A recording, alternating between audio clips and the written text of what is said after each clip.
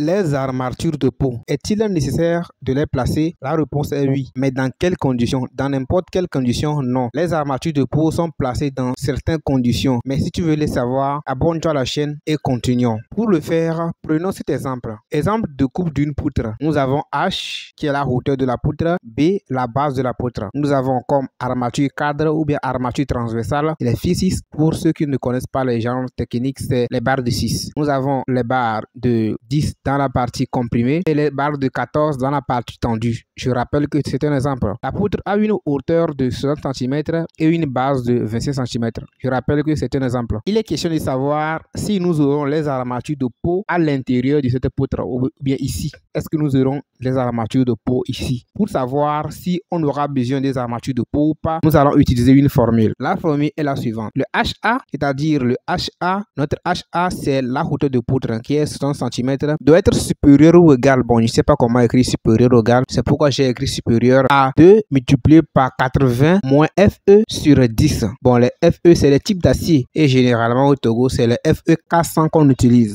Donc HA doit être supérieur à 2 multiplié par 80 moins 400 sur 10. Bon, ce qui est égal à HA doit être supérieur à 80. Et nous voyons que ici HA qui est égal à 60 n'est pas supérieur à 80. Donc nous n'aurons pas des armatures de peau dans notre condition. Dans le cas où notre HA est supérieur à 80, mais la hauteur de notre poutre est supérieure à 80, là, nous aurons besoin obligatoirement des armatures de peau. Il est nécessaire de savoir pour éviter l'effet de bombement. Pour que la poutre se bombe, on doit obligatoirement mettre les armatures de peau